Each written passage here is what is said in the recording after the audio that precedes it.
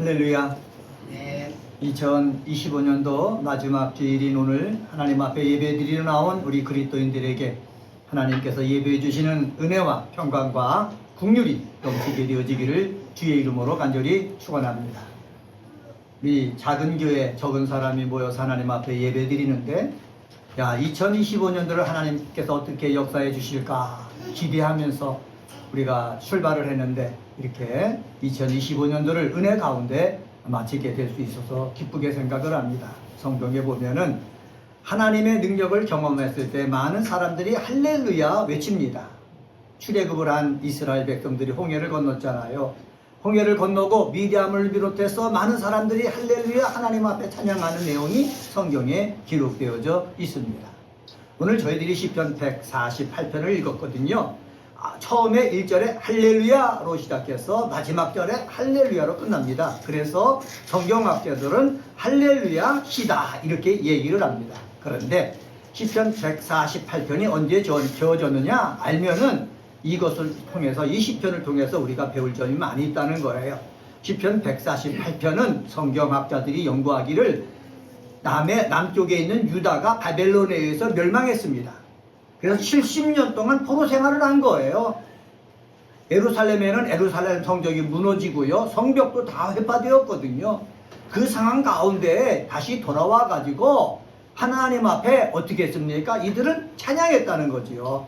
아무것도 눈에 보일 때에 깜깜하고 정말 눈에 볼 때 앞길이 보이지 않는 가운데서 이들은 시편을 지어서 함께 예배드릴 때 할렐루야를 외치면서 시작하고 할렐루야를 외치면서 끝나고 있다는 것입니다. 이것은 무엇입니까? 하나님을 믿는 믿음이 우리 속에 있다면은 삶이 기쁨이 넘치는 일이 있을 때도 할렐루야로 시작해서 할렐루야로 끝나고 삶 속에서 질병이라든지 사업이 안 된다든지 가정의 여러 가지 문제로 인해서 괴롭고 고통스러운 어둠이 몰려왔을 때도 믿음의 사람들은 뭐로 외치면서 할렐루야로 외치면서 끝낼 수 있다라는 사실입니다. 이스라엘 백성들에게 분받을 점이 무엇입니까? 그들은 어렵든지 기쁨이 있든지 할렐루야로 시작해서 할렐루야로 끝났다라는 사실입니다. 그렇게 할렐루야로 외쳐서 할렐루야로 끝날 수 있을 만큼 그들은 마음속에 뭐가 있었다는 거예요? 믿음이 있었다는 거예요. 믿음이 없다면은 어떡합니까? 몸에 병이 들었어요. 할렐루야 외칠 수 있습니까? 없어요. 삶이 어려워졌습니다. 금전적으로 많이 쪼달림을 느낍니다. 할렐루야를 외칠 수 있습니까? 없어요.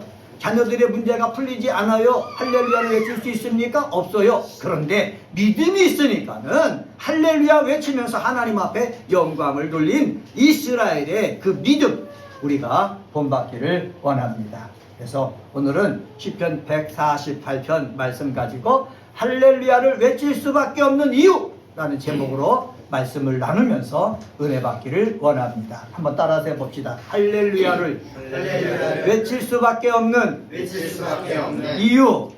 예, 우리 생활에 할렐루야를 외칠 수밖에 없는 그 이유가 있는데 그것은 무엇이냐? 우리 시편 기자가 고백하는 거 세 가지 살펴보면서 은혜 받겠습니다. 첫 번째로 1절서부터 6절을 통해서 찾아볼 수 있는데 지음받았기 때문에 할렐루야 한다는 거예요. 한번 따라서 해봅시다. 지음받았기 때문에 할렐루야 한다. 네, 다른 것을 다 떠나서 하나님이 나를 지으셨다. 나를 만드셨다. 나를 성령을 보내서 하나님을 아버지라 부르는 하나님의 자녀 삼아 주셨다. 라는 이 확신만 있다면은 내 삶이 어떠하든지 간에 우리는 뭐 하면서 한 해를 맞춰야 된다? 할렐루야 외치면서 한 해를 맞춰야 된다는 사실입니다. 많은 사람은 세상이 주는 그 복을 많이 원하고 있습니다. 세상이 주는 복이 무엇입니까? 잘 먹는 거예요. 편안한 곳에 사는 거예요. 하는 일이 잘 되는 거예요. 그리고 건강한 거예요. 이것이 다 세상이 원하는 복이거든요. 그런데 하나님은 세상이 원하는 복을 얘기하지 않습니다. 하나님은 하나님이 함께하는 것이 복이다. 그리고 너희들이 하나님께서 예비하는 저 천국에 가는 것이 복이다. 영적인 것을 얘기하고 있는 것을 우리는 창세기서부터 요한계시록을 통해서 찾아볼 수가 있습니다. 우리들도요, 세상적인 눈으로 보면은 세상적인 그 가치에 의해서 감사하기도 하고 찬양하기도 하고 원망하기도 하고 불평하기도 하지만은 우리는 세상적인 가치에 의해서 사는 사람이 아니라 하나님께서 말씀을 남겨주신 구약의 말씀, 신약의 말씀, 이 중심으로 가치를 두고 사는 사람이기 때문에 눈에 보일 때는 어둠이 있고 환란이 있고 앞에 막막해도 믿음으로 우리는 뭐 할 수 있다? 찬양할 수가 있다라는 사실입니다. 이러한 믿음의 사람들이 되시기를 주의 이름으로 간절히 축원합니다. 시인은요, 1절서부터 천상에 있는 모든 존재에게 하나님을 찬양해야 된다고 하나하나 열고 하면서 이야기하고 있습니다. 한번 봅시다. 시편 148편 1절입니다. 할렐루야, 하늘에서 여호와를 뭐하며? 찬양하며 높은 데서 그를 뭐하라고요? 찬양하라. 하늘과 높은 데서 찬양하며 찬양하라. 두 개의 명령형 동사를 사용해서 찬양해야 된다고 얘기하고 있습니다. 여러분, 하늘 높은데 이것은 무엇을 뜻합니까? 태양, 별, 달이 있는 그 천체를 얘기하고 있습니다. 또 하늘 높은 데는 무엇을 뜻하고 있습니까? 하나님과 영적 존재들이 거하는 장소를 뜻하고 있습니다. 그러니까 사람들이 태양을 숭배하고 별을 숭배하고 달을 숭배하고 거기에는 하나님도 계시고 천사들이 있는데 그러한 모든 존재가 뭐 해야 된다? 하나님을 찬양해야 된다는 거예요. 세상이 어떻든지 그들이 하나님께서 만드셨기 때문에 하나님이 만드신 그 창조주 앞에 어떤 삶을 살아야 된다? 찬양하는 삶을 살아야 된다 말씀하고 있습니다. 7절에 보면은 땅에서도 찬양하라고 한 것을 보면은 이 시인은 하나님으로부터 내가 지음받았다라는 그 믿음이 생기면은 우리들이 어떻게 해야 된다? 찬양해야 될 의무가 있다, 사명이 있다라는 말씀입니다. 그래서 저와 여러분은 이 세상의 환경이 어떻게 변하든지 이것과 상관하지 말고 나는 이 세상의 창조주로부터 지음받은 존재, 창조주로부터 성령에 의해서 하나님을 아버지라 부르는 하나님의 자녀가 된 존재이니 우리는 나를 이 땅에 보내시고 지금 아버지로 자녀로 삼아주신 그 하나님 앞에 어떻게 해요? 날마다 찬양할 수 있는 그러한 존재가 되어지기를 예수의 이름으로 간절히 축원합니다. 또 여기 보면은 2절에 보면은 뭐라고 그랬습니까? 그의 모든 천사여 찬양하라 말씀했습니다. 모든 군대여 찬양하라 말씀했습니다. 영적인 존재들에게 대해서도 하나님은 뭐해라? 시인은 찬양하라는 거예요. 그러니까 이 하늘에 있는 존재, 영적인 존재 모두 다가 하나님을 찬양해야 된다라는 사실입니다. 요한 칼빈은 뭐라고 그런 줄 아십니까? 하나님을 찬양하는 것이 모든 존재의 가장 중요한 의무임을 나타낸다. 하나님을 찬양하는 것이 저 높은 천사들과 함께 영광스럽고 놀랍고 행복한 행위인 것이다 라고 얘기하고 있습니다. 그래서 우리들이 찬양할 때 눈에 보이지는 않지만은 하나님을 높이 찬양할 때는 천사가 함께 화답하고 있다는 것을 우리는 생각을 해야 되는 거예요. 혹시 내가 찬양하는 중에 영안이 열린다면은 내 찬양과 함께하는 그 천사들의 모습을 볼 수 있어요. 그 모습을 보게 되면은요, 우리 속에 평안이 넘칩니다. 은혜가 넘칩니다. 얼굴이 환해집니다. 그리고 하나님이 임재하시는 것을 느낄 수가 있다는 거예요. 우리 눈 속에 천사들이 함께 화답하는 모습이 보이지 않지만은 내 주변에 천사들이 함께 하나님을 높이는 찬양에 동참하고 있다라는 이 확신을 가지셔서 여러분이 찬양하는 가운데서 정말 마음에 빛이 임하고 여러분이 찬양하는 가운데서 마음에 빛이 임해서 능력이 임하고 지혜도 임하고 여러분이 찬양하는 가운데서 소망이 임해서 정말 얼굴이 밝아지면서 할렐루야 과감하게 외칠 수 있는 믿음의 사람들이 되어지기를 주의 이름으로 간절히 축원합니다. 5절 말씀 봅시다. 5절 말씀은 같이 한번 읽어보겠습니다. 5절입니다. 시작. 그것들이 여호와의 이름을 찬양함은 그가 명령하심으로 지음을 받았음이로다. 왜 찬양을 해야 되느냐? 찬양하면 뭐 힘이 생기고 지혜가 생기고 평안이 생기고 소망이 생긴다라고 말씀드렸는데 가장 근본적인 것은 하나님이 명령하셔서 우리가 지음받은 존재이기 때문에 다른 거 생각하지 말고 뭐 해라? 찬양하라 말씀하고 있다라는 사실입니다. 6절도 한번 읽어봅시다. 6절입니다. 시작. 그가 또 그것을 영원히 세우고 패하지 못할 명령을 정하셨도다. 그것을 영원히 세운다는 거예요. 패하지 못할 그 명령을 정하셨다는 거예요. 이 사실을 안다면은 우리는 내 육체가 살아 있을 때에도 하나님을 찬양하고, 내 육체가 죽어서 저 천국에 가서 그곳에서도 하나님을 찬양하기 때문에 우리는 천국에서만 찬양하는 자의 삶을 살지 말고 육체를 가지고 이 험한 세상, 나그네 같은 세상 살아갈 때에도 찬양하는 모습이 있게 되어지기를 주의 이름으로 간절히 축원합니다. 찬양할 때에 은혜가 흐르는 거예요. 찬양할 때에 여유가 생기는 거예요. 찬양할 때에 믿음이 생기는 거예요. 찬양할 때에 성령이 함께 하시고 천사가 함께 하는 거예요. 이렇게 찬양할 수 있는 믿음의 사람 되시기를 예수님의 이름으로 간절히 축원합니다.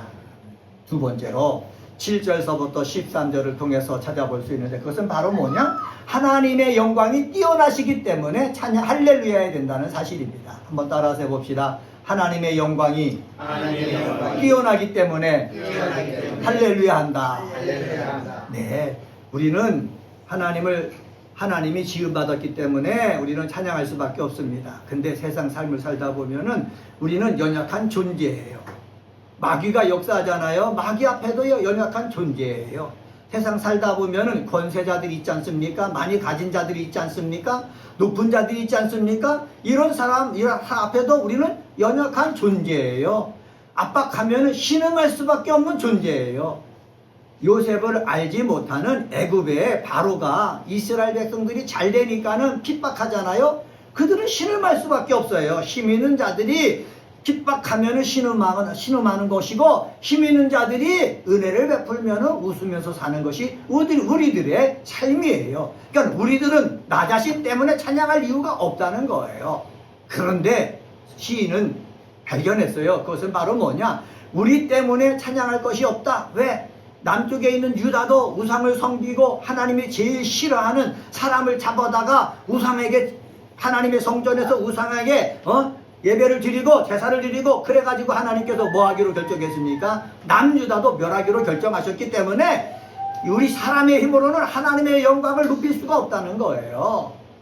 누구만이 하나님의 영광을 높일 수 있습니까? 하나님 자신만이 하나님의 영광을 높일 수 있습니다. 이런 세상에서 우리가 나는 부족하고 연약해도 하나님의 영광이 내가 볼 때는 뛰어나다. 나의 부족함을 덮으시는 분이시다. 나의 연약함을 붙잡고 손으로 일으켜 지우시는 분이시다. 강대국도 하나님께서 해결해 주시는 분이시다. 라는 것을 이스라엘 백성들이 성경을 읽으면서 그들의 어려운 삶을 살면서 자꾸 터득하는 거예요. 터득하다 보니까는 자연스럽게 바벨론에서 70년 동안 포로 생활하면서 터득하는데, 그것은 바로 뭐냐? 하나님의 영광, 하나님의 위엄이 너무 크시다는 것을 그들은 스스로 느낀 거예요. 스스로 느끼는 역사가 저와 여러분 속에 있게 되어지기를 주의 이름으로 간절히 축원합니다. 한번 따라서 해봅시다. 하나님의 영광이 뛰어나기 때문에 하나님의 영광이 뛰어남을 느낄 때에 우리의 모든 어려움을 넘어설 수 있는 거예요. 그렇지 않으면은요, 좌절합니다. 절망합니다.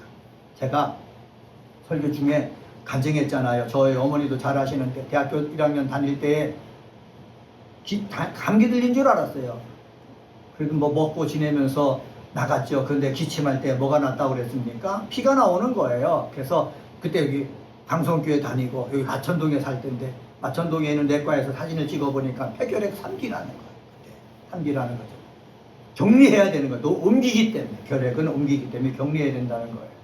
그래서 보건소 가서 약 받아갖고 주사약 받아가지고 제가 청주로 갔지 않습니까? 대학교 가서 매일마다 가서 간호사 앞에 그 주사를 맞는 거예요. 매일마다. 나중에는 주사를 맞는데 맞을 자리가 없는 거예요. 얼마나 많이 주사를 맞았는지. 그런데 감사하게도 6개월 만에 제가 난 것 아닙니까? 너무너무 감사한 거예요. 그리고 완치 판결을 받아가지고 지냈는데, 제가 폐결이 걸린 가운데서 제가 스스로 느낀 것이 있어요. 인간은 아무것도 아니구나. 제가 돈을 벌려고 공과대학에 들어갔는데 몸이 아프고 하나님이 딱 치다 보니까는 돈을 버는 것들이 아무것도 아니구나. 그래서 그때 결심한 거예요. 내가 고등학교 다닐 때 은혜 받고 주회종이 되겠다고 했는데 내가 다시 주의 길을 걸어가야 되겠다라고 생각해가지고 어떻게 해요? 제가 신학을 하기 위한 준비를 했습니다. CC에 다니면서 열심히 성경을 읽고 그다음에 복음도 전하고 그다음에 전도해서 그 사람을 양육하는 일을 했지 않습니까? 그리고 대학을 졸업할 때 신대원 가기 위해서 어머니 아버지한테 얘기하고 동생한테 얘기해가지고 제가 신학대학원에 들어간 것입니다.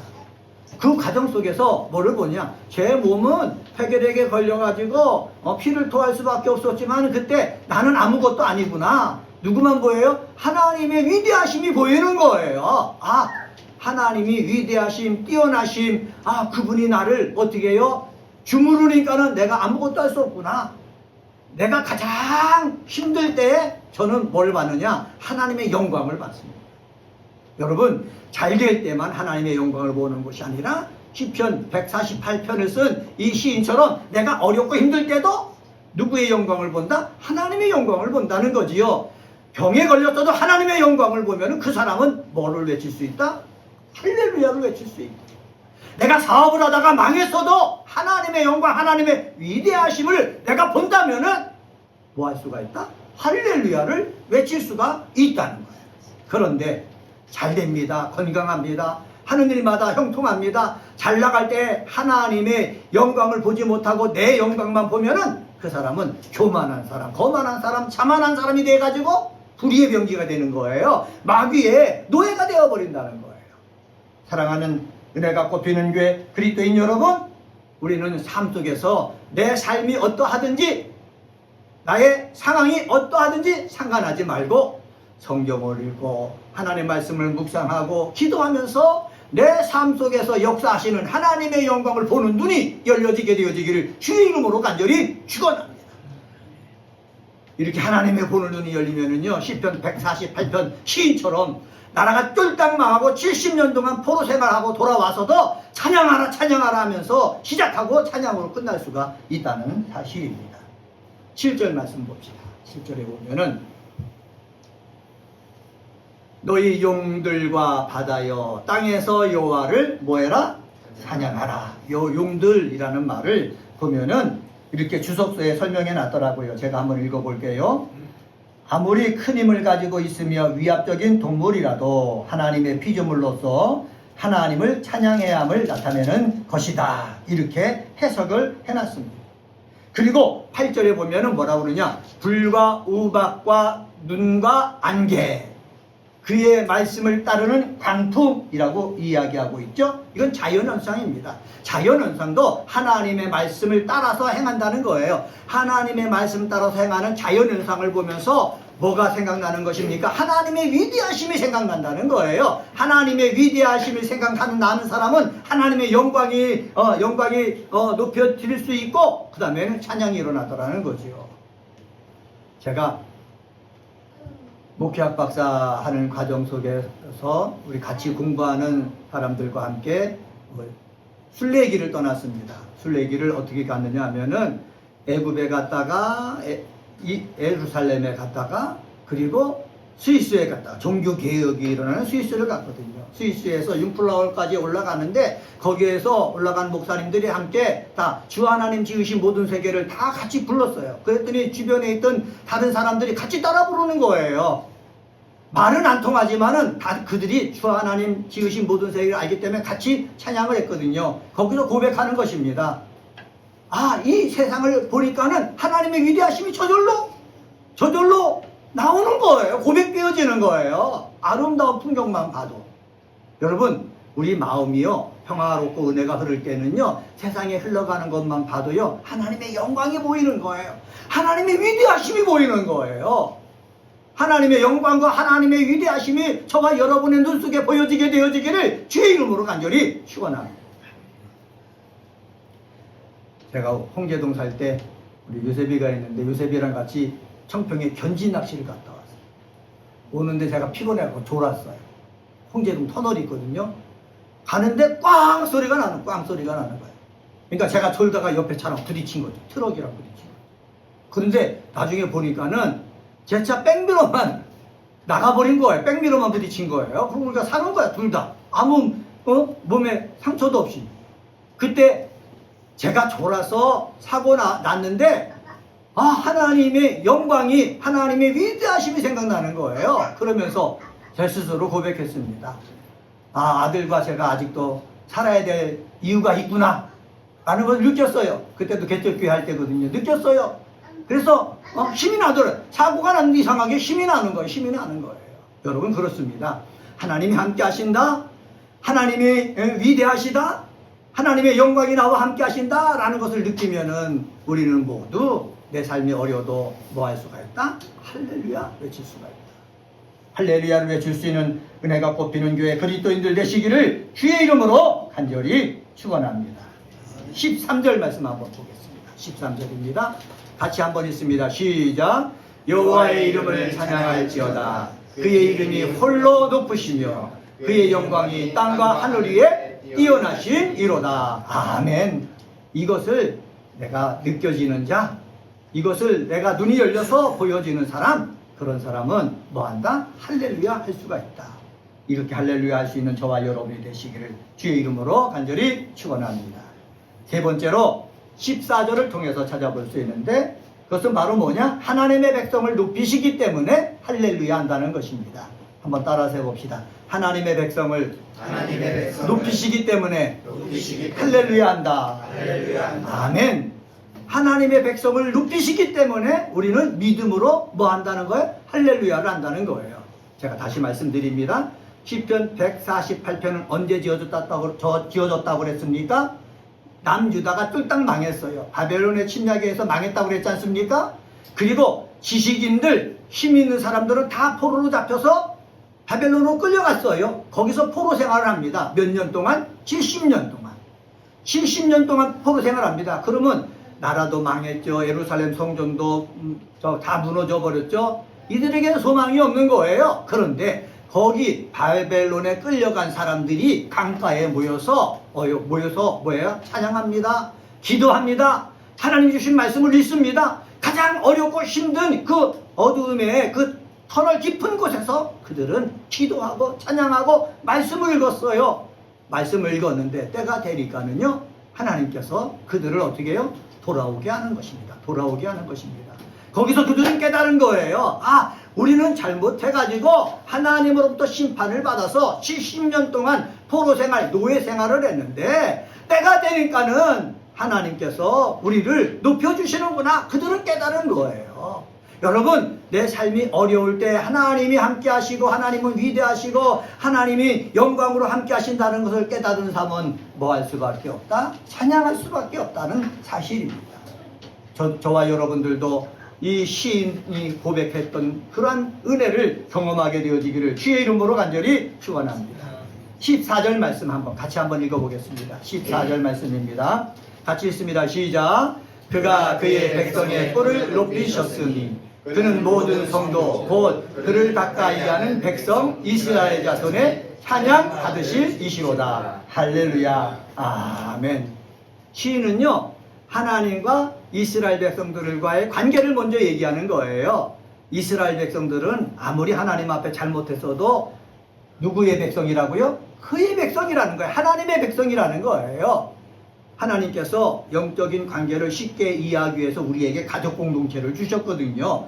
가족 공동체 안에서 가족원들이 잘못을 해도요, 그 사람도 어떻게 해요? 그 가족 공동체에 소속된 자녀라는 거예요. 이것을 우리는 잊어서는 안 되는 거예요. 하나님과의 특별한 관계가 있는 존재다 라는 사실을 우리는 잊어서는 안 돼요. 한번 따라서 해봅시다. 나는 하나님과 특별한 관계가 있는 사람이다.